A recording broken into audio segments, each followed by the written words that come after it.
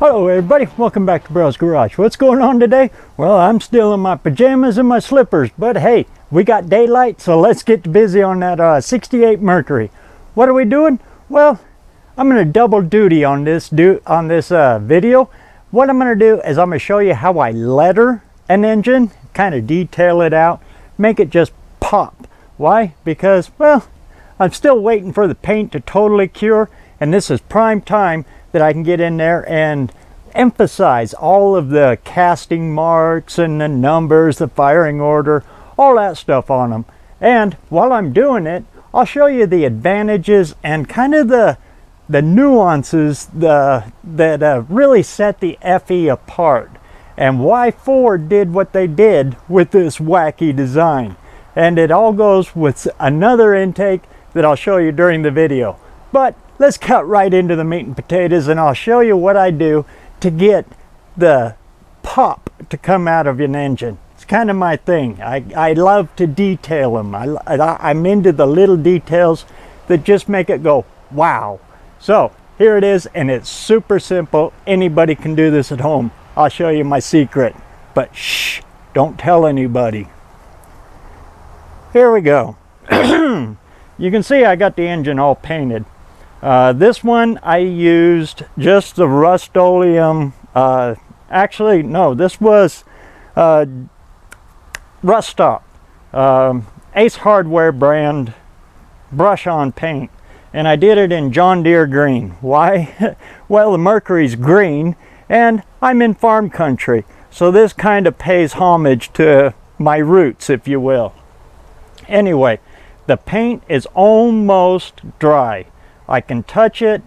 It's not sticky, but if I push my finger hard enough, it leaves a fingerprint. That's perfect and prime time for my lettering. What I use? Just your general run-of-the-mill Sharpie. A brand new one though. I want that hard, nice, sharp tip. Now the reason I wait for the paint to cure to this stage, the ink that's inside of the Sharpie will actually, it's almost like tattooing an engine. As I'm laying it in, it'll soak into the paint just enough that it'll lock it in. And then after I'm done, I'll clear coat it to further lock it. Okay, that's how I go about doing it. It's super simple. You can see all the casting numbers on here. We'll zoom you in.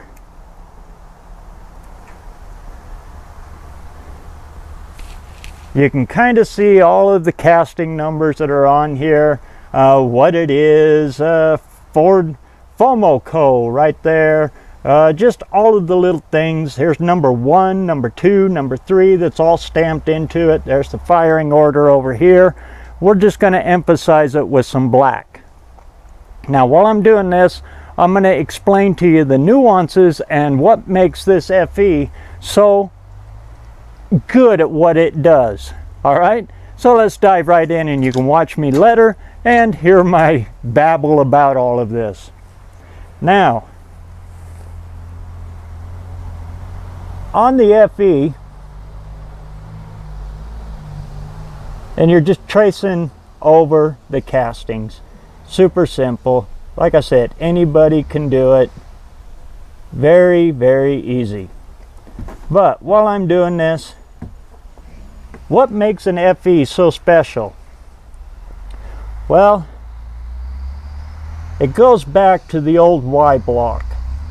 Now the FE replaced the Y blocks.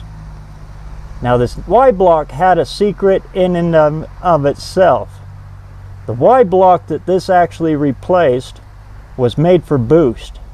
That engine was totally designed for boost and multiple power ranges with both their torque and horsepower.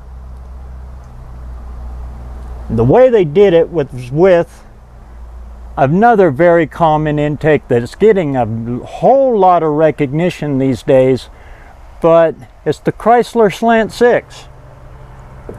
I'll show you.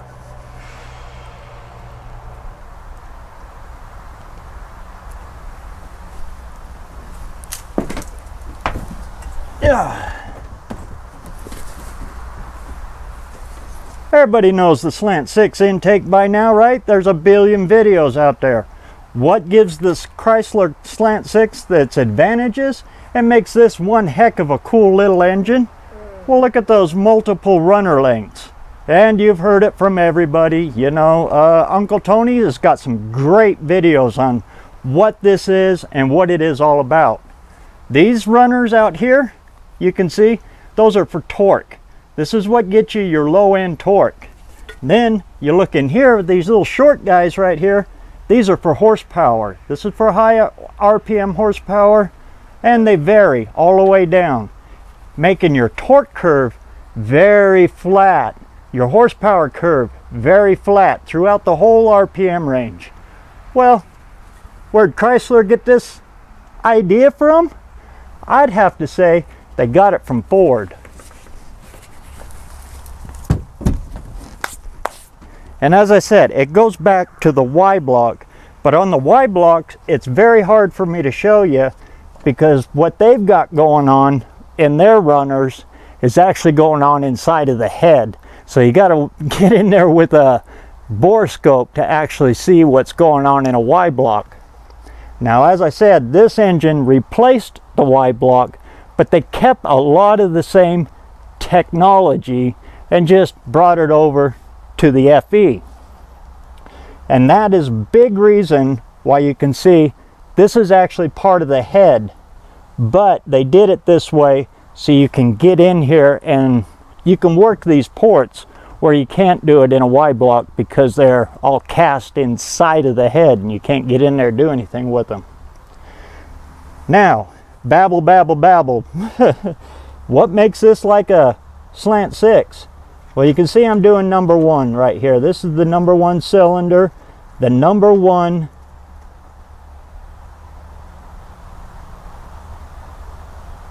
intake port.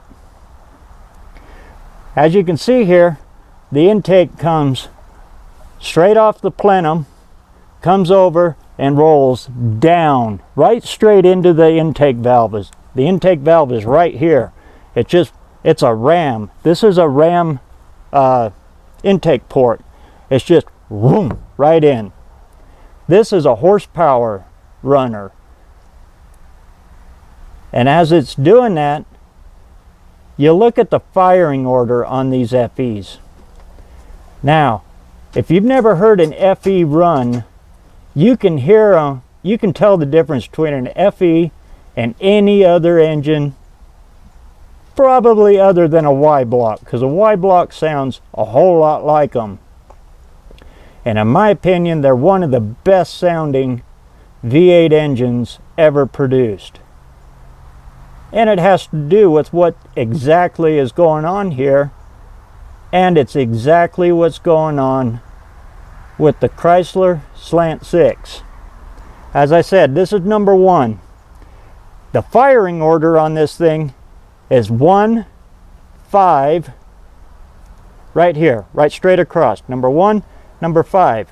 Now on number 5 though, this intake runner is way down low, and it comes from all the way back here, down, all the way under here, back up, rolls over, and down into the head.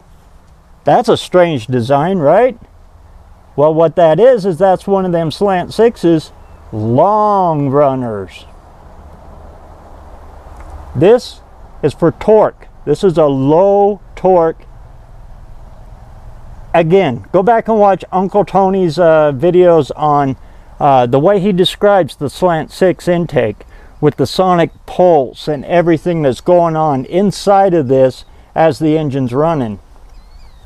With number 5 going on here, she's running down, up, and rolling over. So you're getting all of your low RPM torque numbers out of this one. This one you're getting your horsepower. This one you're getting torque.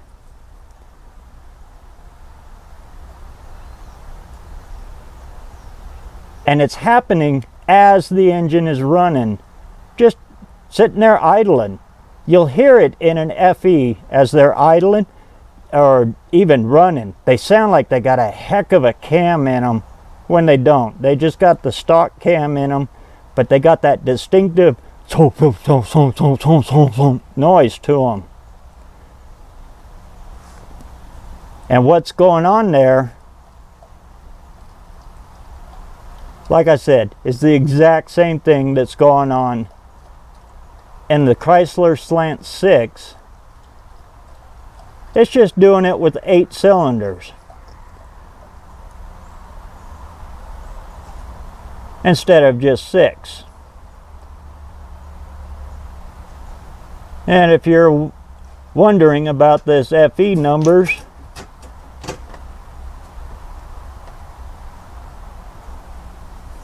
the numbers on here, let me zoom you back in here. Yeah, you can kind of see them there. C868AE, that means engine. 9425-4. That 4 means something. That's the only number on here other than the C8 that really differentiate it. The -4, that means 4V.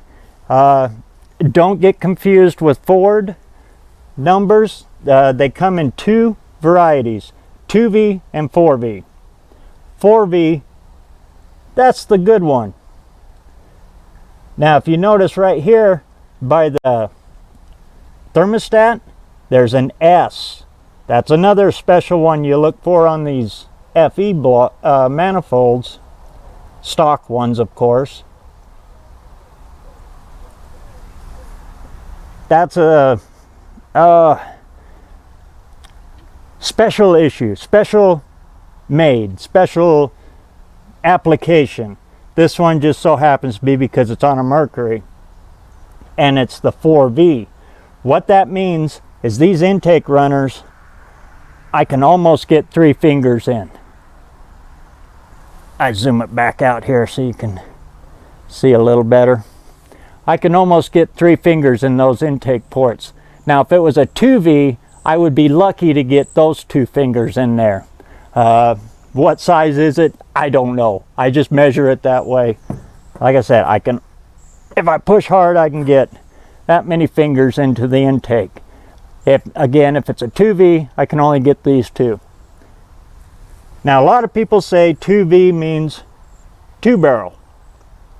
It has nothing to do with valve count. All of them have 2 valves per cylinder. It's just Ford's performance numbers that they designate for their application. 4V meant better performance. It's the bigger intakes, the better ones. 2V is the small torque engines, low horsepower, high torque engines.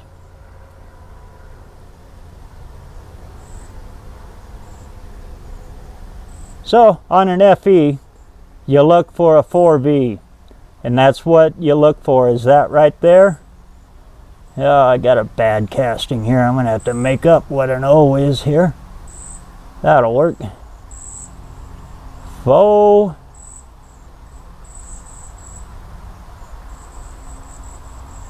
Mo Co.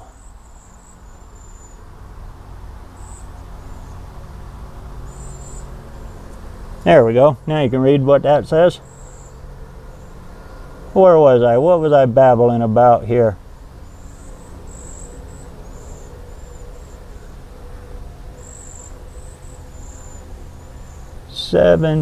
H4. What does that mean? The plant that it was cast in. That's all that means. Anyway, difference between 2V and 4V, that's, you look for the 4V. And if you really want to get hot in the stock performance side, you look for the S right there. So -4, S. Those are the good ones.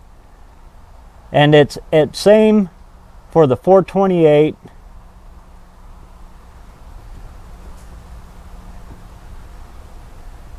the 390 and the 360, because they did do these on the 360 as well. Make sure I'm still in camera and not blocking you.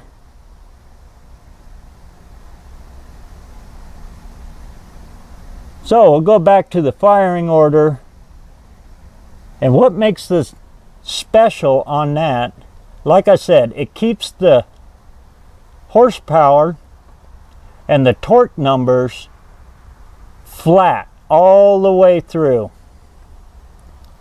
the RPM range.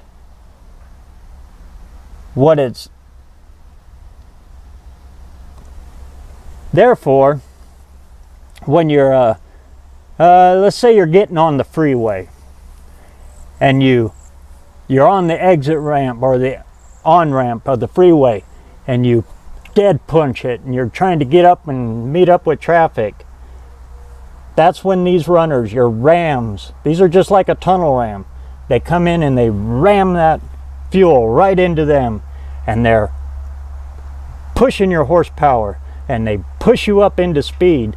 And then as you come in, merge in with traffic, and then you're just, you're coming up to speed, you let off the gas and you're tootling down the freeway at 80, 70, whatever the speed limit is, and your tach drops back down, about 2,000, 2,500, wherever the happy range is.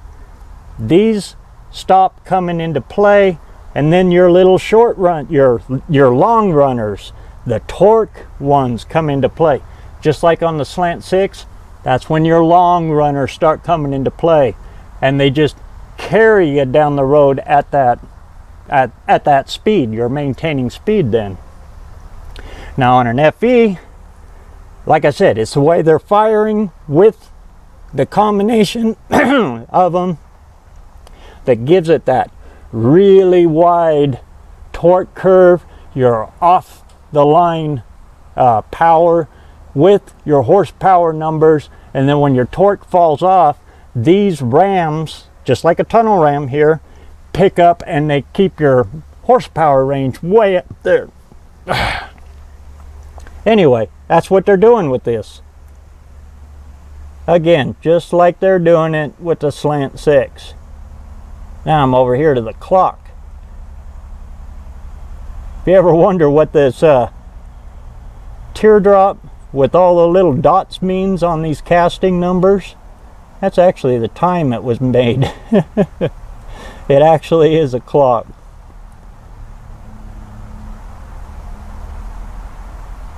And how they differentiate it, I don't know, it means absolutely nothing. Let's just put it that way. Now here's one I wish they would have put up front right by the distributor, but they make you look for it. The firing order, it's always nice to have there. Anyway, back on the FE. Now, these things get extreme horsepower and extreme torque numbers right out of the box. I mean, with the little itty bitty choked up 400 CFM, roughly, I know. If you want to go out and get the actual CFM numbers of a 4300 Autolite carburetor, be my guest. All I know is they're way too low for what this engine actually needs. So they choked it way up to kind of neuter it for production sales. Even with that choked up little itty bitty carburetor on here, these things run a factory Ford 1960s when they fudged them way on the low side.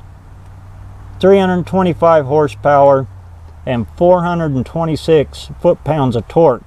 That's what this book's at. Now you take them to the dyno, yeah, they're a lot higher than that. And it's real easy to get even more out of these FEs, and that's why they were so desirable. with simple changes that anybody can do at home.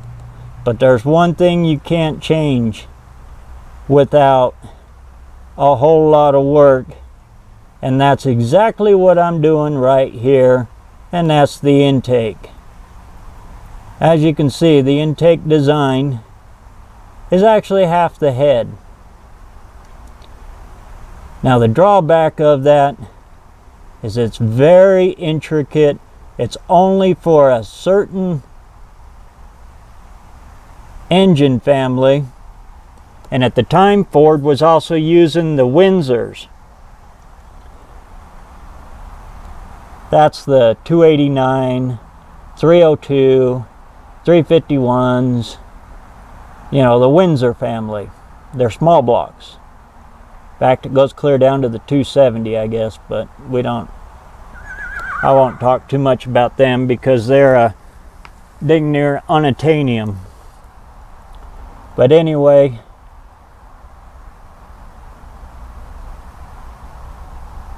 they're a very limited engine for aftermarket sales, so you don't have a lot of aftermarket support for them when it comes to intake designs. And to tell you the truth, they're pretty doggone good with just exactly what they are. Edelbrock makes the Edelbrock Performer. It's basically an aluminum version of what is sitting right here. The intake ports, there's almost no difference to them. They're just made out of aluminum, making them a whole lot lighter. Now I did weigh this. It came up to 82.5 pounds. I know, a whole lot less than a ton, but yeah, when you're standing on your head, balancing on your knees, trying to get in there and lift one of these up, it feels like about 400 pounds. An aluminum version, I don't know, you can pick them up with one hand. But there's a drawback with the aluminums and the aftermarket ones. For one, you don't get any horsepower gain out of them that you can really, you know, that you're gonna feel. Pretty much all they do is drop weight. They drop a lot of weight because this intake is, like I said, super heavy. So you will improve on the drag strip. It is a good thing to go with if you're looking to go with that. The problem is, when I looked it up, it's about 600 bucks for an aluminum intake that ain't gonna do much more than just drop weight. Now there's an RPM, Edelbrock RPM Performer. That one gets you a lot more because it's an air gap. So you're not dealing with intake heat on them.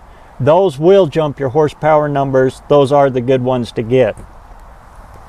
But they're, I've seen them as high as 800. Why are they so high? Because this engine is very limited run. It's specific for only an FE, and you know, the aftermarket companies like Edelbrock, they just can't sell enough of them to really get the price down. So you're going to pay premium prices for them, and you're not going to see a whole lot of off the seat feel out of them. You know, you're going to put big money up for weight reduction and a few more horsepower numbers if you go with the RPM. But they sure make it easier to install. But I think I got all of the casters there. I might add a little more zing to it. I'm looking for spots here. This over here is pretty busy with the throttle linkage, so you don't see nothing down in there. I'm not going to bother here. Here you got the coil and the distributor right in the way, so there's nothing really there I can do. But hey, we can write something right here. This is the time when you sign your work.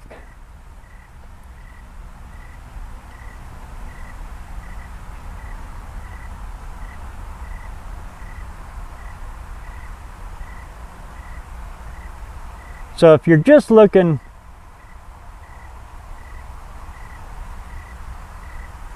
for easy, quick horsepower out of these FEs, run what you got. I mean, this is a good intake. And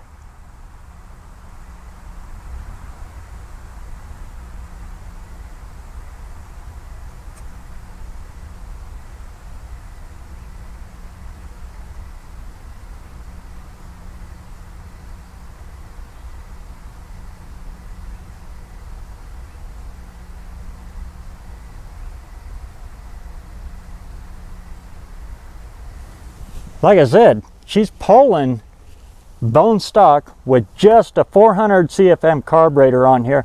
She's pulling 325 horse. All you got to do is step that carburetor up, just like I did with that Edelbrock 650. I probably gained, I've heard estimations as high as 50 to 75 horsepower just with that.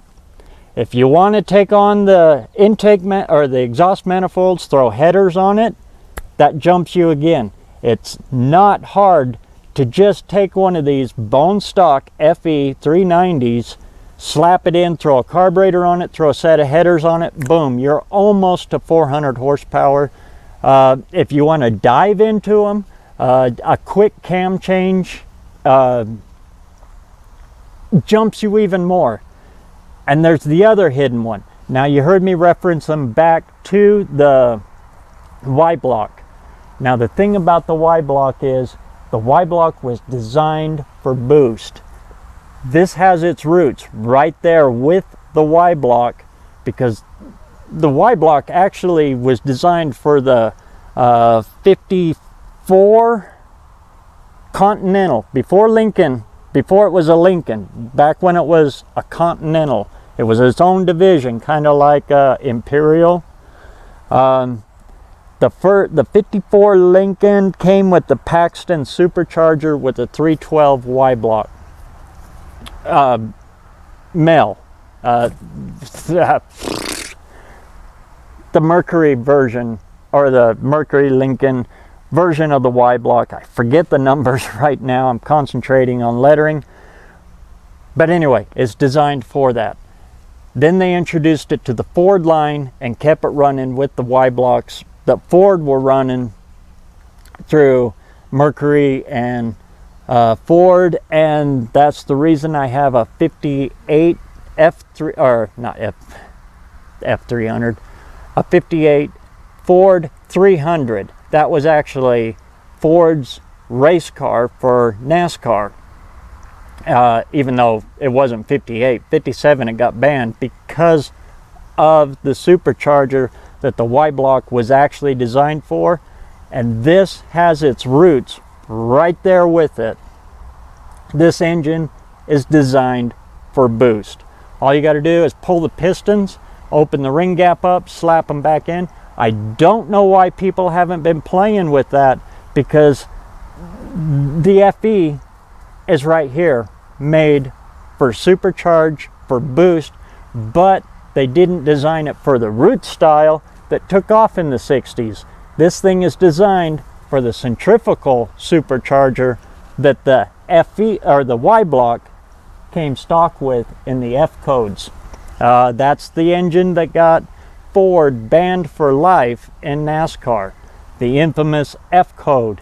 And to this day, you'll never see a supercharger on a NASCAR track because of that, because Ford killed people. Well, not kill people, but Ford was just running away with the competition.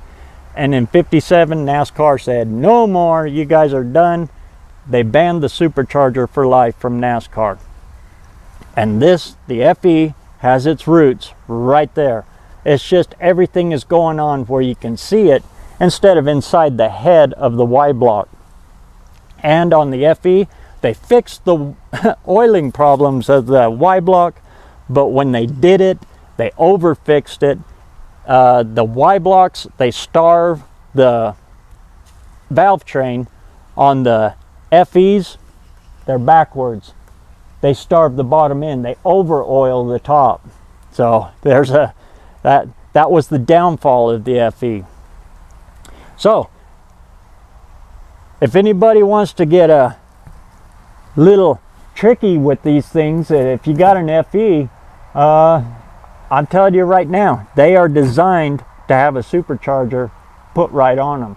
All you gotta do is drop the piston, open up the ring gap, throw a centrifugal on these things, and they'll do what they were made to do. All of you Ford versus Ferrari fans out there, the first GT40s were running an FE block design. It's principles. Don't confuse it with this one. This is like bottom shelf. But yeah, this is what Ford put up against the world, because NASCAR kicked them out. All of America was under the gentleman's agreement. Performance factory bought cars in the late 50s to the early 60s. Yeah, there was an agreement going on because people were getting hurt and stuff, racing cars. They were buying cars and going out and doing stupid stuff with them. So there was, like I said, the gentleman's agreement of the late 50s, early 60s. The car company said, okay, we're not going to build street cars that people can buy to just go out and hurt themselves and go fast with.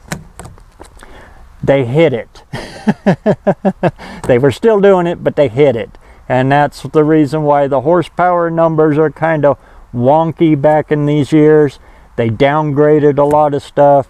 They stuck a 400 CFM carburetor on here when they know that all they had to do is put a bigger carburetor on it and these things will open up.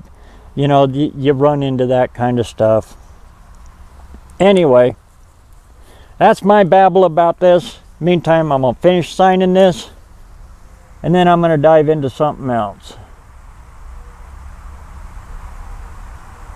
I don't know what I'm going to dive into, but I'm probably going to get ready to put this heavy son of a gun back on.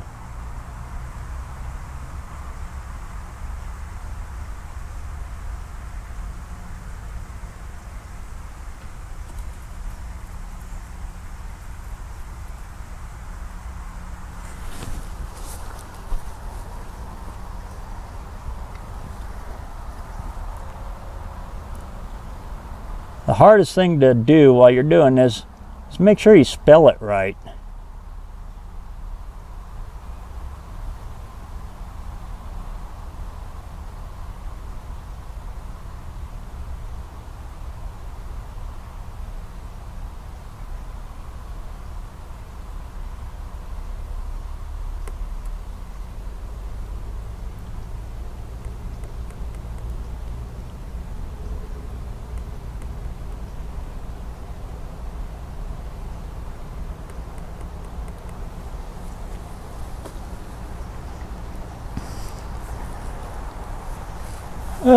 See if I can draw a rose still.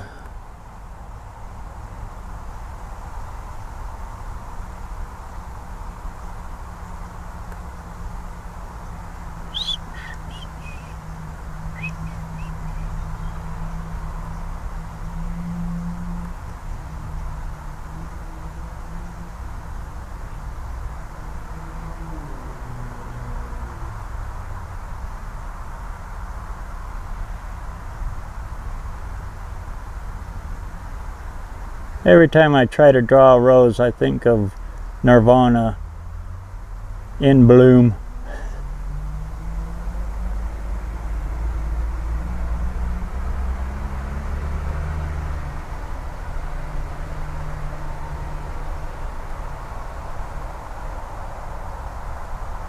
Or the Rolling Stones, Send Me Dead Flowers. And I won't forget to put roses on your grave.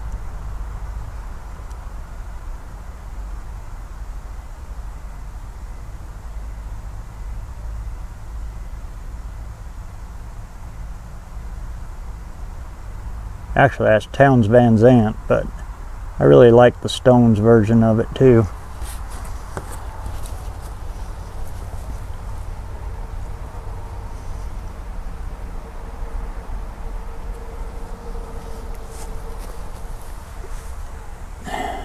Get down in here.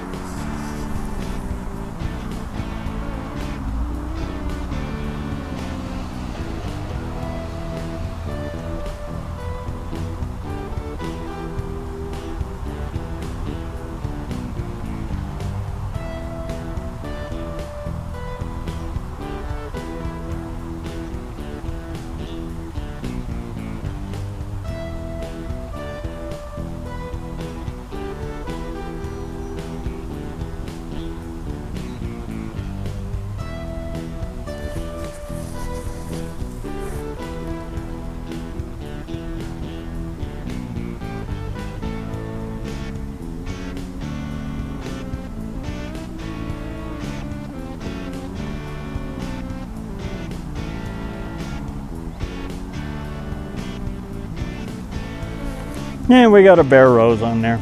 That'll work. Well,